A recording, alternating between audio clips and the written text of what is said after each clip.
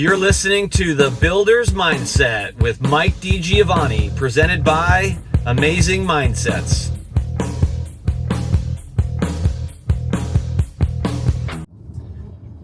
Hello, welcome to another episode of The Builder's Mindset. How are we all doing today? Welcome to what I will call, this is the purgatory of the home building season. Why do I say that? Well, you get the holidays, and everybody expects the holidays to be slow, right? From Thanksgiving to New Year's, everybody's like leaving vacation after vacation. It's like the holla months. You have second half of November, all of December, and so you end up with this window of time where everything is kind of weird and out of step. Yes, you got some builders who are like really pushing and focusing on trying to get their closings. You know, those public home builders who are driven and living by the number. So now that we get into the January, February season, and I call it purgatory because we're all patiently and trepidatiously waiting, so I get a little better, waiting for the spring selling season to begin. And when does it begin? Well, that's interesting, is that we like to talk about, if you're in the industry, you'll hear about Super Bowl Sunday. Now, Super Bowl Sunday is interesting. It's on a Sunday. It's usually later in the evening on the East Coast. So on the West Coast, I think this year it's actually starts at 6 o'clock on the East Coast, 3 o'clock on the West Coast. But that weekend tends to be a telltale sign for what the year is going to look like. Interesting though, it's not always the only sign, and it's not always the end-all be-all. October 2022, when interest rates hit 7% and all the builders took their foot off their gas of their land deals, they gave land deals back, they walked away from deposits, everybody thought the sky was gonna like just cave in on everything, and all the negative headlines began, and we've been listening to them for basically 2+ years now. That January was one of the best selling seasons in a long time. Interesting, with interest rates where they were. And everybody forgets about that when they see these gloom and doom headlines of, like, the latest one I just saw was existing home sales hit lowest point in, it doesn't even matter. I forget how long it was, but look, interest rates are high. Well over 6.5%. I didn't check them yesterday, but I know they did just come down a tad, but they're still really, really close to 7%. And if you're selling an existing home, you don't have the marketing funds, the extra funds, the profit. You're not a company who could put $20,000 to $50,000 into buying a mortgage down from 6 3/4 to 5. You just can't do it like the builders can. So this has been playing this interesting dynamic where higher interest rates and the ability of builders to buy down rates has actually played into the hands of new home sales. Caveat that, when Lennar did their fourth quarter and full year earnings report back in close of the year November 30th, report I think came out mid second, third week of December, they had missed their new home sales by a significant amount. On the call, they without fail basically said, we will keep our sales pace and we'll do what we need to do with incentives and margins, using margins as a shock absorber, to keep our sales pace to match our production and starts pace. They have a plan, they're going after that plan, and they will go after it. What they said though was, when the traffic and the sales started to slow up in the early stages of that fourth quarter, their fourth quarter, they failed to react quick enough all the way down to the local community level to match what needed to happen for the consumer to keep the sales pace to match the starts pace. Why do I bring that up? Because sales pace is going to ebb and flow.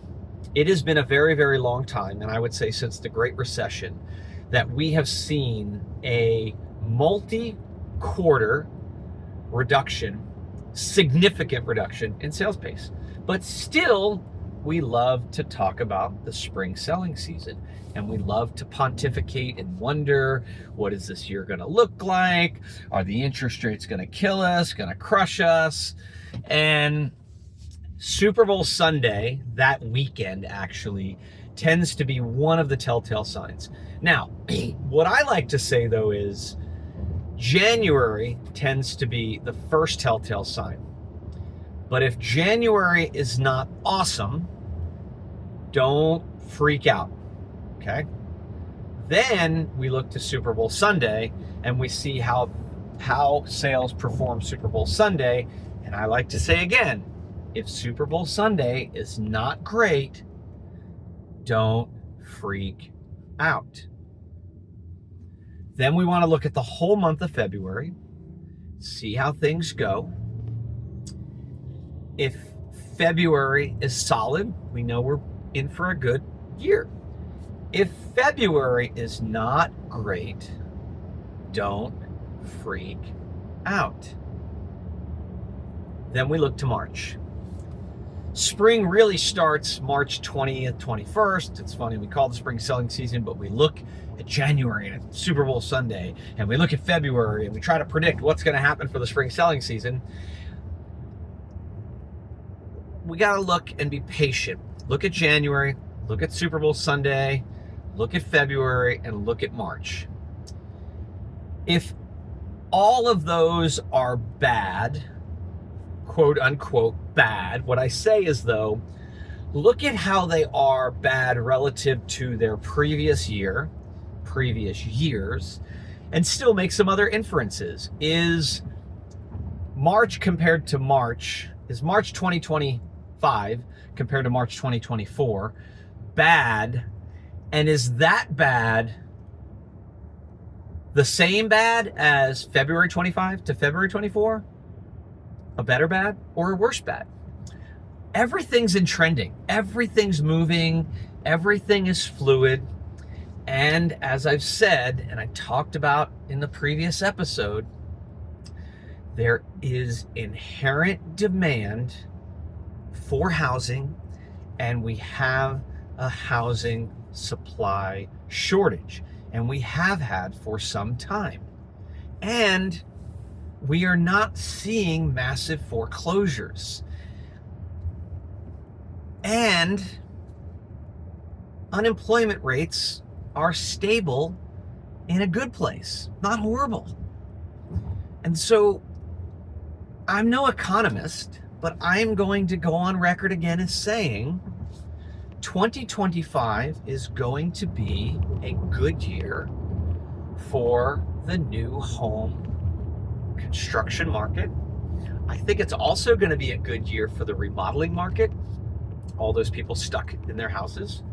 I think it is going to be a good year, reasonable year for existing home sales. Why do I say that? People are needing to move and people are wanting to move for different demographic reasons. And I think now that the election is over, people are working their way through taxes, getting all that dialed in and figured out. I don't know where you guys are at with taxes. I just got everything off to my accountant. Now I'm sitting and waiting, right? I've got everything there. Now I have to do is sit and wait. I can't really do much about my taxes right now. In about 30 days, my accountant will come back to me and tell me kind of the outlook, and I might have some options. Everybody's going to be in this position right now. So I think, though, that existing home sales are going to improve slightly this year because of two things. One, we've had enough time to settle into rates where they are. People will still have to move, and they will need to make decisions as to, if I'm going to move, let's say leave the state of California and I'm going to go to Texas, I need a house. As we talked about, I believe new home closings are going to be very close 2025 to 2024. I don't think we're going to see the growth that all the builders are talking about, mainly because they are struggling to bring their newer communities online. Going to go back to October 2022. They all kind of stopped buying land in a significant way for 3 to 6 months. We're still working through that cycle of stalled land purchases, stalled land development. And And so I believe builders are going to struggle for that. And if you hear that, listen to the earnings reports from last year, the builders were talking about their margins were taking a hit. And a couple of reasons their margins were taking a hit was because, number one, they had to continue to do incentives because interest rates for 30-year fixed mortgages did not come down. So they were still doing that. And they also had to sell deeper and faster into existing communities because they weren't opening the new communities because, one, land development was still a struggle. They didn't have as many communities to open because of that 6 months between October 2022 and March of 2023 when they weren't buying as aggressively. And so because of that, I think we're going to see a shift in balance where these people who have basically said, I'll be on the sidelines or I'll buy a new home because I can't get a 5% rate on an existing home. You've also got some builders like Lennar and Meritage who are really pushing deep into committing to their starts pace so that they have more quick finish homes available. Case in point, like Meritage not releasing homes for sale till they're in drywall and continuing to start homes. Lennar talking about like they're going to continue and they're going to match that sales pace to that production pace. I think what you're going to see though this year is with a similar number of closings, you have a similar availability for new homes where there's lower interest rates are going to be.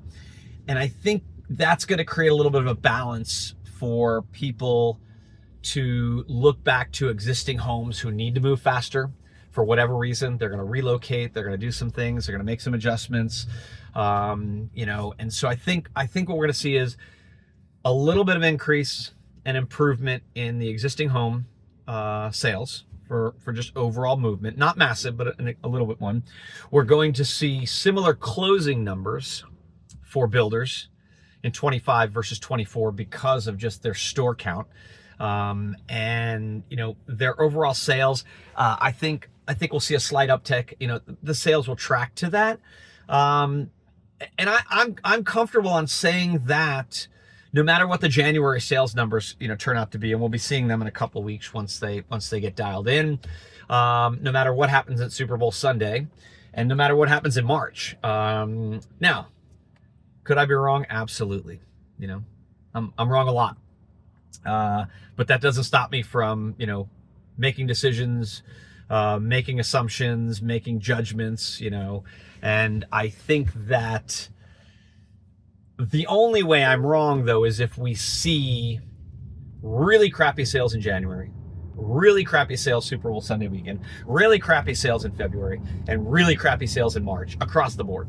And I do not think that we're going to see that. I'm pretty confident we're not going to see that. And then historically, what we've also been seeing is that if January is good, February is usually good, and March is usually good. If the good comes Super Bowl Sunday, it kind of continues. If the good comes in February, it continues as well. And if the good comes in March, it continues as well.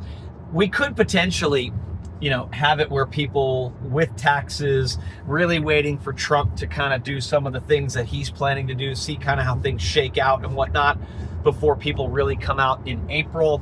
We've talked about this in the past. The spring selling season is a driver because a lot of the buyers have children. Children do what? Most of them go to public schools. That might be changing. Trump is going to make some things where I believe he's going to make it easier for private schools, which gives more flexibility and you're not tied to the school year. He's going to give more, I think he's talking about a $10,000 credit for homeschoolers. That gives some more flexibility for folks to not worry about and move around, and that could have an impact on the cyclical nature of home building and home sales. But generally speaking, most Americans send their kids to public schools and they don't really want to move their kids in the middle of a school year. So they tend to, this is what spring selling, you buy in the spring, you move in the summer, your kids start school in the fall. That's kind of where that drives to and how that works. And so, you might not even be moving far, but if you're gonna end up switching districts, or you have an opportunity to switch districts where you can get your kid into what you consider to be a better district, that's kind of how the cycle works. And that's a big driver for home sales and home movement. As well as just general life changes, bigger family, job transitions, job transfers and whatnot, and that could all have an impact. But at the end of the day, For the spring selling season, I'm going to forecast it's going to be good. We're going to have a good year. It's going to be solid to up slightly across all metrics relative to last year, except I do believe builder margins are going to take a hit in 25 over 24 just because of the overall cost dynamics. The price decrease letters are already come out. They're already trying to get their trade partners to lower. Some will be successful, some will not. We're going to be talking in future episodes about product. I'm going to do a whole series on product purchasing and product refinement and constructability and value engineering, which will help you put the processes and tips and tricks to combat your costs in things that you have more control over rather than just twisting the arm of your trade partners. So stay tuned for that. But I think the only metric that's going to really have an uphill battle next year is going to be margins. And I don't think it's going to be in a massive way. Builders margins I forecast overall are going to be slightly down in 2025 compared to 2024. Their sales starts and closings will be about even. Some will be up, some will be down. But on the overall nationally in the hotter markets, we'll see a little bit of an uptick as we get ready for 2026. Which, fasten your seatbelts. 2026 is going to be just amazing. All right, it's been another episode of the Builder's Mindset. Hope you've enjoyed it. If you do, please subscribe to the channel. Please click the bell so that you get notifications of the updates. We'll also put you can join up for the Builder's Mindset community, so you'll get the emails each Monday with the announcement and the summary for the podcast, in case you just want to read instead of listen. We're trying to make as many options for you to digest the information that we are sharing here. And also that community email will have, we'll be doing like a new series we're introducing next month, What's Up in Home Building, as well as we're introducing a little bit of faith-based. If you want to learn more about that, there'll be a link down below to our new community built on faith that's coming out. That is a podcast and an email as well.